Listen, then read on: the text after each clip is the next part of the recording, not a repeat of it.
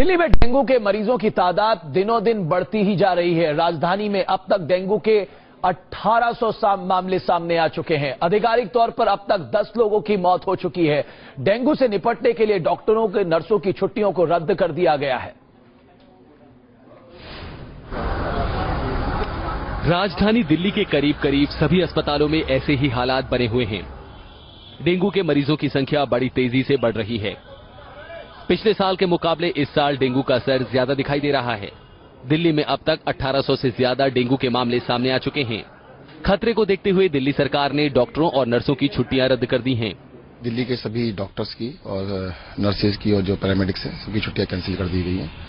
हमें लगता है कि अगले महीने तक जरूरत पड़ेगी उन लोगों की। सबको रिपोर्ट करने के लिए कहा गया है। साथ ही साथ हमारे डिजास्टर के जितने बेड हैं, जो मैंने 1000 बेड के लिए बोला था, उनको कहा गया है कि 1 हफ्ते तक पूरा करना है, तो डिजास्टर के बेड्स को भी डेंगू के लिए यूज किया जाएगा। दिल्ली के साथ साथ एनसीआर में भी डेंगू के मामलों में बढ़ोतरी दर्ज की गई है। सरकारी और निजी अस्पताल डेंगू के मरीजों से भरे हुए हैं। हालात ऐसे हैं कि एक एक बेड पर 2 से 3 मरीज दिखाई दे रहे हैं। जिन्हें जगह नहीं मिली, उनका इलाज फर्श पर चल रहा है। दिल्ली में इस वक्त डेंगू को लेकर डर का माहौल है। हालात गंभीर बने हुए हैं और इस वक्त हम दिल्ली के हिंदूराव अस्पताल में मौजूद हैं।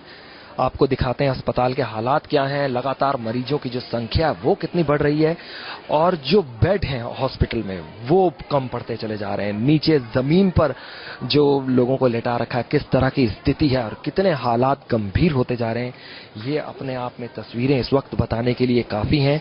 मरीजों की जो संख्या है वो लगातार बढ़ रही है डेंगू के मरीजों की, और एक बेड पर आप देख सकते हैं 2-2 लोग भी हैं। यहाँ पर 2-2 मरीजों को भी एडजस्ट किया जा रहा है और जमीन पर भी लोग गुजारा कर रहे हैं, किसी तरह से अपना इलाज करवा रहे हैं। अस्पताल में डॉक्टर्स को लेकर भी यही सिचुएशन है। डॉक्टर्स की जो है लगातार कमी हो रही है। इस वक्त हिंदूराव हॉस्पिटल के एक अस्पताल के हालात जो हैं इस वक्त हम आपको दिखा रहे हैं। हालात बिगड़ते जा रहे हैं। अस्पतालों में मरीजों की लंबी कतार दिखाई दे रही है। एक एक टेस्ट कराने के लिए मरीजों को काफी मशक्कत करनी पड़ रही है। दिल्ली डेंगू की चपेट में है और इस वक्त हम दिल्ली के रोहिणी इलाके के अंबेडकर हॉस्पिटल में हैं। यहाँ के हालात आप देख सकते हैं। यहाँ हॉस्पिटल वालों ने डेंगू के मरीजों की बढ़ती तादाद को देखते हुए एक डेंगू का अलग से क्लिनिक बनाया है। लेकिन उस क्लिनिक के भी हालात क्या है, कितनी लंबी लाइनें हैं और कितने मरीज इंतजार कर रहे हैं, ये तस्वीरें देखकर अपने आप में अंदाजा लगा पाना मुश्किल नहीं है। मैम कब से बैठे हैं यहाँ पर? जो सुविधाएं हैं आपको अस्पताल में वो पूरी तरह से मुहैया हो पा रही है? हाँ जी, पूरी तरह से हो रही है सुविधा। ब्लड वगैरह जो दिया आपने, रिपोर्ट वगैरह आ गई, उसकी मिल गई आपको? आज खून टेस्ट कराएंगे तो कल रिपोर्ट मिलेगी। कल रिपोर्ट मिलेगी। तो इसी तरह से लोग जो है रिपोर्ट कल आनी है, लेकिन इंतजार में है। वही जो डर का माहौल कहीं ना कहीं ये देख सकते हैं आप। ये नज़ारा अस्पताल के जो और भी तमाम टेस्ट हैं जो जिन प्रक्रियाओं से गुजरना पड़ता है मरीजों को, वहाँ पर कितनी लंबी लाइनें हैं और कैसे हालात हैं, वो अपने आप में ये दृश्य बताने के लिए काफी है। दिल्ली में बिगड़ते हालात के बाद केंद्र सरकार और राज्य सरकार एक्शन में दिखाई दे रही है। सीएम केजरीवाल ने अस्पतालों का हालचाल जाना तो केंद्रीय स्वास्थ्य मंत्री तक भी इंतजामों का जायजा लेने पहुंचे। हम समय समय पर रिव्यू कर रहे हैं। हमारे हॉस्पिटल में हमने सभी डॉक्टर्स को कहा है कि डेंगू के केसेस और सभी केसेस में हम बहुत सेंसिटिव रहें। दिल्ली में डेंगू से पीड़ित एक बच्चे की मौत के बाद मां बाप ने खुदकुशी कर ली। इस मुद्दे पर हंगामा थमा भी नहीं था कि डेंगू एक और बच्चे के लिए काल बन गया। ऐसे में सवाल यह है कि आखिर कहां इलाज में हो रही है चूक। दिल्ली से सूरज अरोड़ा के साथ टीम न्यूज नेशन। और ऐसा नहीं है कि डेंगू जैसी बीमारी पहली बार इस देश को मुश्किल में डाल रही है। हर साल इस तरह की माहौल होता है। हर साल वही रोना होता है कि बेड की कमी है, लोग सड़कों पे पड़े होते हैं, अस्पताल के बाहर होते हैं। लेकिन सवाल यह है कि हमने अब तक सबक क्या सीखा। राजधानी दिल्ली में डेंगू का कहर थमने का नाम नहीं ले रहा है। आप श्रीनिवासपुरी का उदाहरण लीजिए।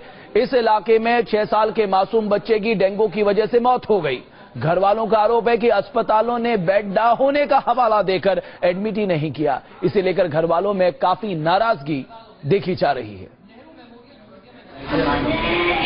दिल्ली में डेंगू का कहर। डेंगू ने ली एक और जान, मासूम बना डेंगू का शिकार। दिल्ली में डेंगू ने एक और मासूम की जान ले ली है। दिल्ली के श्रीनिवासपुरी इलाके का रहने वाला नन्हा अमन डेंगू के जानलेवा डंक का शिकार बन गया है। अब इस घर में चारों तरफ मातम पसरा हुआ है। कुछ आंखों से आंसू रुकने का नाम नहीं ले रहे हैं, तो कुछ की तो मानो आंखें ही पथरा गई हैं। 6 साल का अमन 5 दिन पहले डेंगू की चपेट में आ गया था। उसके माँ बाप और घर वाले उसके इलाज के लिए दर दर भटक रहे थे। उन्होंने कई अस्पतालों के चक्कर काटे, लेकिन कहीं पर भी मासूम अमन को भर्ती नहीं किया गया। हाथ तक नहीं लगा के देखा कि हाथ से तबीयत क्या खराब हो रही है, कुछ नहीं, किसी ने चेक नहीं किया। उसके बाद वो बोलता है कि आप मेरे पास एक बेड पे 2 बच्चे रहेंगे। मैंने कोई बात नहीं, 2 रहेंगे, हमारे पास बेड अवेलेबल नहीं है, लेकिन हम एक बेड पे 2 बच्चे डाल देंगे। मैंने कहा कोई दिक्कत नहीं है, लेकिन उन्होंने किसी ने भी चेक नहीं किया। हर जगह बेड की कमी होने का हवाला दिया जाता रहा। इस दौरान घर वालों ने अस्पतालों में काफी मिन्नतें भी की, डॉक्टरों के आगे हाथ पैर भी जोड़े, लेकिन किसी का दिल नहीं पसीजा और अमन को लेकर वो लोग एक से दूसरे अस्पताल के चक्कर लगाते रहे। मेरे बच्चे के लिए इंसाफ मिलना चाहिए। वो जो डॉक्टर है सफदरजंग वाला जो कह रहा था, उसकी मौत वाक़ा मेरे तो हो गई, मेरा तो बच्चा खत्म हो गया। तो कहूंगी उसको ऐसा दंड मिलना चाहिए। थक हार कर अमन को होली फैमिली अस्पताल में भर्ती कराया गया, लेकिन तब तक देर हो चुकी थी। कुछ घंटों के इलाज के बाद ही डॉक्टरों ने हाथ खड़े कर दिए और इसी के साथ मासूम अमन अपने घर वालों को रोता बिलखता छोड़ हमेशा के लिए चला गया। अब अमन अपने परिवार वालों की यादों में ही जिंदा रह गया है। मेरे को मेरा बेटा तो गरीब बेटा है। ये विलाप है। उधर बच्चे की माता बैठी हैं, वो बात करने की स्थिति में नहीं है। इधर सामने पिता बैठे हैं और एक इकलौता बेटा इस परिवार का था। 2 बच्चे थे, एक बहन है, एक भाई है। भाई जो है 6 साल का अमन, वो अब इस दुनिया में नहीं रहा और परिवार में जो है बुरा हाल है, रो रो कर। मासूम अमन की मौत ने एक बार फिर डेंगू से निपटने में अस्पतालों की बदहाली को साबित कर दिया है। सवाल ये है कि कब तक अमन जैसे लोगों को सरकारी नाकामी का खामियाजा अपनी जान देकर चुकाना पड़ेगा। सूरज अरोड़ा, न्यूज नेशन, दिल्ली। दिल्ली में दहशत का दूसरा नाम बन चुका है डेंगू, और इससे निपटने के लिए केंद्र और दिल्ली सरकार कम से कम अब मुस्तैद तो दिखाई दे रही है। मुख्यमंत्री जनता से कह रहे हैं डेंगू से डरिए मत, साथ ही वो अस्पतालों को चेता भी रहे हैं कि मरीजों के इलाज में कोताही बरती तो कड़ी कार्रवाई की जाएगी। पहली चीज तो मैं ये कहना चाहता हूँ सभी लोगों को कि दहशत होने की जरूरत नहीं है, दहशत में आने की जरूरत नहीं है।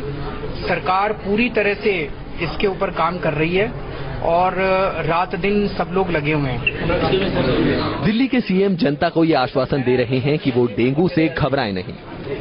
दिल्ली सरकार डेंगू के मरीजों के इलाज के लिए मुकम्मल इंतजाम कर रही है। राजधानी में डेंगू के बढ़ते मामलों के बाद दिल्ली सरकार मुस्तैद दिख रही है। सीएम खुद अस्पतालों में जाकर इंतजामों का जायजा ले रहे हैं। केजरीवाल का कहना है कि किसी भी मरीज को बेड के लिए भटकना नहीं पड़ेगा। सरकारी अस्पतालों के अंदर कैपेसिटी बहुत ज्यादा बढ़ा दी गई है। अभी आप सब लोगों के टीवी कैमराज इस अस्पताल में आप लोगों ने देखा होगा कि फोल्डिंग बेड्स बहुत सारे लगाए गए हैं, कॉरिडोर्स के अंदर भी, अंदर वार्ड्स के अंदर भी। तो कैपेसिटी काफी, आप लोगों को बिल्कुल चिंता करने की जरूरत नहीं है कि बेड नहीं मिलेगा। तीसरी चीज, अगर जरूरत पड़ेगी तो ये भी सोचा जा रहा है कि अस्पतालों के आसपास की जो मान लीजिए कोई एयर कंडीशन धर्मशाला वगैरह है, वहां पे हम लोग एक्स्ट्रा बेड्स लगा देंगे अगर स्पेस की जरूरत पड़ी। सीएम आश्वासन दे रहे हैं, लेकिन लोगों के दिलों में डेंगू का डर साफ दिखाई दे रहा है। अस्पतालों में मरीजों की लंबी कतार दिखाई दे रही है। हर कोई अपनों की सलामती के लिए परेशान दिख रहा है। दिल्ली सरकार का कहना है कि अगर जरूरत पड़ी तो बाहर से भी डॉक्टरों और नर्सों को बुलाया जाएगा। हमने ये भी ऑर्डर किया है कि डॉक्टर्स को, सरकारी अस्पतालों के सारे मेडिकल सुपरिटेंडेंट्स को हमने पावर दी है कि डॉक्टर्स की जरूरत हो तो वो किसी भी वॉक इन मतलब बुला के और किसी भी डॉक्टर को नियुक्त कर सकते हैं, किसी भी प्राइवेट डॉक्टर को नियुक्त कर सकते हैं टेम्पोररी पीरियड जब तक ये डेंगू का प्रकोप है। कुछ दिनों पहले डेंगू की वजह से एक हंसता खेलता परिवार बिखर गया। मौत के बढ़ते आंकड़ों और अस्पतालों की मनमानी को लेकर लोगों में गुस्सा साफ देखा गया। मामले ने तूल पकड़ा तो केजरीवाल ने विधानसभा का स्पेशल सत्र बुलाकर कड़े कानून का भरोसा भी दिलाया। अगर दिल्ली के अंदर कोई भी अस्पताल इस तरह की हरकत करता है, प्राइवेट अस्पताल या सरकारी अस्पताल, तो लाइसेंस कैंसिल करने के पहले और कई सारे कदम उठाने की पावर सरकार को मिले, उस पर पेनल्टी लगाने की, उसके ऊपर क्रिमिनल केस दर्ज करने की। और अगर अस्पताल नहीं सुनता तो सरकार उस अस्पताल के, प्राइवेट अस्पताल के मैनेजमेंट को कुछ दिनों के लिए क्या टेक ओवर कर सकती है जब तक इमरजेंसी सिचुएशन बनी हुई है। इन चीजों के ऊपर एक्सप्लोर किया जा रहा है।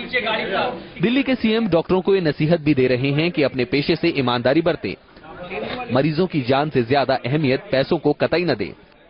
दिल्ली से सूरज अरोड़ा के साथ टीम न्यूज नेशन। तो हर साल ये तस्वीर हमारे सामने आती है, लेकिन हर साल हमें वही सुनाई देता है जो अमूमन हम सुनते आ रहे हैं कि सरकार पूरी ताकत के साथ डेंगू को खत्म करने में लगी हुई है। और अब आपको बताते हैं डेंगू के लक्षण क्या है, कैसे डेंगू होता है और किस तरह से आपको मालूम चलेगा कि आपको डेंगू हो गया है। डेंगू के रोगी को बताया जाता है बहुत तेज बुखार आता है, बुखार के साथ साथ उसे कमजोरी भी महसूस होने लगती है। यहां तक कि कुछ लोगों के बारे में कहा जाता है उनको बेहोशी की भी शिकायत होती है। अगर डेंगू के लक्षण पाए जाते हैं, रोगी के मुंह का स्वाद बदल जाता है, सिर, बदन, पीठ दर्द, तकलीफ, उल्टी आने की भी शिकायत होती है। प्लेटलेट्स कम होने का खतरा लगातार बना रहता है। भूख न लगना, एडीज मच्छर के काटने से डेंगू फैलता है। और सबसे ज्यादा जरूरी है कि डेंगू से कैसे बचा जाए। मॉस्किटो रेपेलेंट का इस्तेमाल करें, पूरी बाजू की कमीज और पैंट पहने,